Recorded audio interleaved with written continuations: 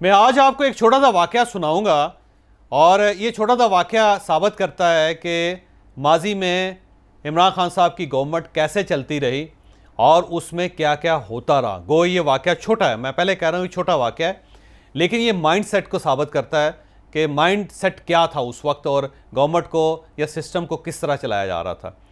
खातून अव्वल बुशरा बीबी की एक बहन है जिनका नाम मरियम वट्टू है, और ये मरियम वट्टू वही हैं जो पीटीआई की वर्कर थी और वर्कर हैं, और इन्हीं के ज़रिए इमरान खान साहब का बुशरा बीबी के साथ एक रिलेशन डेवलप हुआ था, राब्ता डेवलप हुआ था। अब मरियम वट्टू यूएई में, दुबई में होती हैं और ये वहाँ पे सोशल मीडिया भी हैंडल करती थी, इमरान खान साहब का उनके लिए फ़ंड रेजिंग भी करती थी और वो इनके साथ राब्ते में थी।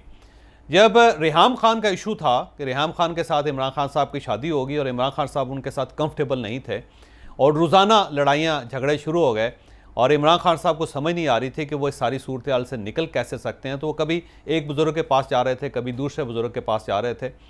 मैंने पिछले दिनों अपने कॉलम में भी शौकत कादी साहब का जिक्र किया जो लाहौर में इंजीनियरिंग यूनिवर्सिटी के करीब रहते हैं, उनका मदरसा है बहुत बड़ा। तो वो इमरान खान साहब वहाँ पे भी गए और शौकत कादी साहब से भी पूछा कि आप ये बताएं कि रेहाम मेरे लिए कैसी रहेगी, और बकौल अलीम खान साहब और ओन चौधरी साहब के, जो उस वक्त इमरान खान साहब के बहुत करीब थे, इन दोनों के बकौल शौकत कादी साहब ने कहा कि रेहाम खान आपके लिए सूटेबल नहीं है, तो आप अगर उससे जितनी जल्द जान छुड़वा लें आपके लिए उतना ही बेहतर है। लेकिन इमरान खान साहब डिसीजन नहीं कर पा रहे थे और ख़ासे कन्फ्यूज़ थे। तो इस दौरान मरियम वट्टू साहिबा का इनके साथ रब्ता था, तो उन्होंने इमरान खान साहब को बताया कि मेरी बहन अल्लाह की वली है और उन्हें बाकायदा कश्फ होता है और वो सारी चीज़ों के बारे में बेहतर फ़ैसला कर लेती हैं, बता देती हैं, और मेरी बहन के बकौल आपके ऊपर जादू हुआ है और अगर आप जादू का तोड़ कर लें तो इसके बाद आपके मामला दुरुस्त हो सकते हैं। तो यूँ इमरान खान साहब का बुशरा बीबी के साथ टेलीफोन पर रब्ता होना शुरू हुआ। तो बुशरा बीबी ने उनकी बात सुनने के बाद उन्हें कहा कि आपके ऊपर जादू है और जब तक आपका ये जादू ख़त्म नहीं होगा उस वक्त तक रेहाम खान और बाकी मामलात आपके दुरुस्त नहीं हो सकते। तो इसके बाद इमरान खान साहब ने उनके साथ मीटिंग तय की बुशरा बीबी के साथ, और ओन चौधरी साहब इमरान खान साहब को लेकर लाहौर गए। लाहौर में गुलबर्ग में बुशरा बीबी का घर था, जो उनके साबिक खावर मानिका साहब का घर था। उस वक्त दोनों के दरमियान तलाक नहीं हुई थी। तो इमरान खान साहब ओन चौधरी साहब के साथ वहाँ गए और बीबी से उनकी मुलाकात हुई और बुशरा बीबी ने इमरान खान साहब को देखने के बाद कहा कि आपके ऊपर जादू है और इसीलिए आपको डिप्रेशन और फ्रस्ट्रेशन हो रही है। उसके बाद ओन चौधरी साहब के बारे में भी बीबी का यही कहना था कि आपके ऊपर भी जादू है। लिहाजा इमरान खान साहब अंदर गए और बीबी ने उनके सर पे हाथ फेरा और हाथ फेरने के बाद कुछ पड़ा भी होगा।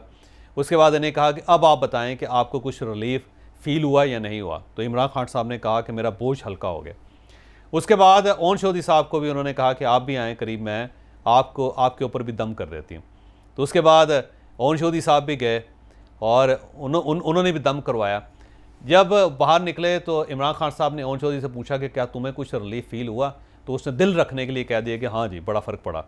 जबकि ओन चौधरी के बकौल मुझे कोई फ़र्क नहीं पड़ा था, मुझे महसूस ही नहीं हुआ था। लेकिन इमरान खान साहब क्योंकि एक ख़ास ट्रांस में थे तो उन्हें रिलीफ सा फील हुआ। इसके बाद बुशरा बीबी ने इनसे कहा कि आपको 3 बार दम के लिए आना पड़ेगा, फिर जाके इस जादू का असर कम होगा। तो यूँ इमरान खान साहब का इनके साथ एक राब्ता पैदा हो गया। और फिर एक वक्त ऐसा आया कि जो इनके साथी कहते हैं कि बुशरा बीबी ने कहा कि रेहाम खान से फौरी तौर पे तलाक ले लें या तलाक दे दें इनको। 24 घंटे के अंदर अगर आप तलाक दे देंगे तो आपके ऊपर जो बुरे असरात हैं वो ख़त्म हो जाएंगे और आपके रास्ते में जो रुकावटें हैं वज़ीर-ए-आज़म बनने की वो ख़त्म हो जाएंगी और आप वज़ीर-ए-आज़म होंगे। लेकिन अगर आप 24 घंटे के अंदर तलाक नहीं देते तो फिर आपके लिए मसाइल बढ़ते चले जाएंगे। और क्यों इमरान खान साहब ने ओन चौधरी से पूछा कि ये बताओ कि ये रेहाम लंदन कब जा रही है। तो उन्होंने बता दिया कि फ़लाँ तारीख को जा रही हैं, क्योंकि ज़ाहिर टिकट ओन चौधरी साहब जारी करवाते थे। तो फिर इमरान खान साहब ने कहा कि जब ये वहाँ पे उड़ जाए, फ़्लाई कर जाए, तो फिर तुमने मुझे बताना है। तो जब रेहाम खान ने यहाँ से फ़्लाई कर लिया तो इमरान खान साहब ने तलाक लिख के उनको ईमेल कर दी। और जब रेहाम लंदन में उतरी और उन्होंने ईमेल खोली तो उन्हें पता चला कि मुझे तलाक हो चुकी है। यूँ बुशरा बीबी के साथ आगे सिलसिला चलता गया और आगे की डिटेल जो है ना वो मैं अगले किसी व्लॉग में आपको बताऊंगा कि फिर क्या क्या होता रहा। लेकिन अब वापस मरियम वट्टू की तरफ आते हैं, जो बुशरा बीबी की सिस्टर हैं, उनकी हमशीरा हैं।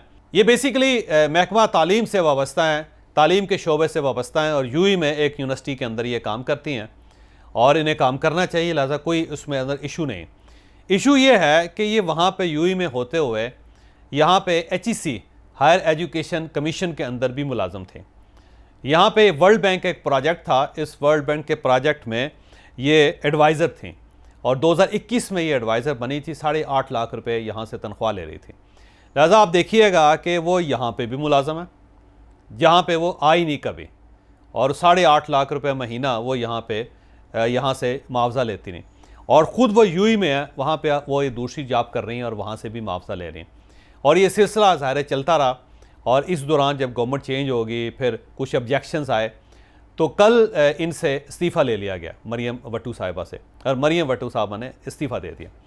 ये एक छोटा सा वाक़या जो मैं आपको कह रहा हूँ कि वाक़या बहुत छोटा है, लेकिन ये छोटा वाक़या मेंटालिटी को साबित करता है, या इस चीज़ को साबित करता है कि सिस्टम हमारा चलता कैसे रहा था।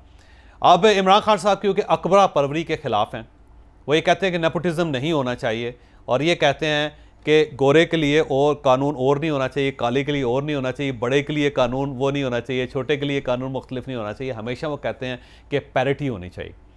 वो हमेशा वो उसमें उस चीज़ की मिसाल देते हैं, वो अपनी हर तकरीर में बात करते हैं कि रसूलुल्लाह सल्लल्लाहु अलैहि वसल्लम ने फरमाया था कि अगर फ़ातिमा बिन्त मोहम्मद भी चोरी करती तो उनके साथ भी यही सलूक किया जाता।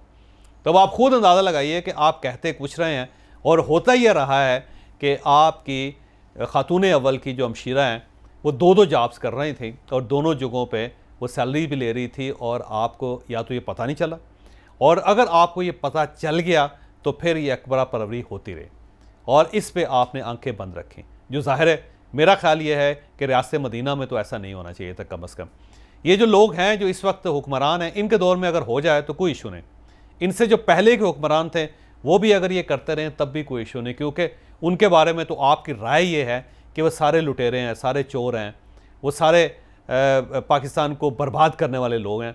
लेकिन आप तो पाकिस्तान को संवारने वाले शख्स हैं, आप तो पाकिस्तान को रियासत मदीना बनाना चाहते थे और आज भी चाहते हैं, और आप ये चाहते हैं कि एक अदल का सिस्टम होना चाहिए जो बड़े और छोटे दोनों के लिए बराबर हो। लेकिन आप ही की नाक के नीचे, आप ही के घर के अंदर जो कुछ हो रहा था वो आपको पता ही नहीं चला। आप फरा गोगी साहिबा का इशू छोड़ दीजिए, एहसन जमील गुजर का इशू छोड़ दीजिए, उस्मान बुज़दार साहब जो कुछ करते रहे वो उसको छोड़ दीजिए, वो कमिश्नर के ओहदे के पैसे लेते रहे, डिप्टी कमिश्नर के ओहदे के पैसे लेते रहे, वहाँ पे कॉलेज के प्रिंसिपल्स की सीट्स बिकती नहीं, आप उस सब को छोड़ दीजिए। लेकिन ये जो मरियम वट्टू साहिबा का इशू है, इसको आप कहाँ पे रखेंगे?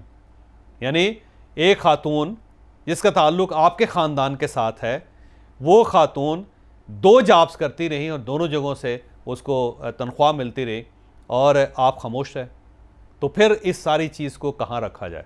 तो मेरा ख्याल है आज इमरान खान साहब को सोचना होगा कि अगर मुल्क इस तरह चलाया जाता रहा था, या आप फ्यूचर में भी इसी तरह चलाएंगे, तो फिर ये मुल्क कैसे चलेगा? यहाँ पे मैं दोबारा शफ़क़त महमूद साहब का वाक़या आपके सामने रख के आज का वीला ख़त्म करता हूँ कि जब शफ़क़त महमूद साहब ने प्राइम मिनिस्टर से कहा कि प्राइम मिनिस्टर, पंजाब के अंदर बहुत करप्शन हो रही है, उस्मान बुज़दार साहब के बारे में राय लोगों की अच्छी नहीं है, वहाँ पे बड़ी बड़ी स्टोरीज़ आ रही हैं, तो इमरान खान साहब ने शफ़क़त महमूद साहब से कहा था कि आपको कराची की, सिंध की करप्शन नज़र नहीं आते। यानी उनका कहना था कि अगर आप उस्मान बुज़दार की करप्शन को या हमारी करप्शन को जब कंपेयर करेंगे सिंध के साथ या कराची के साथ, तो आपको हम जस्टिफाइड नज़र आएंगे। तो ये तो सिस्टम था, ये तो सूरत हाल थी पंजाब और पाकिस्तान की।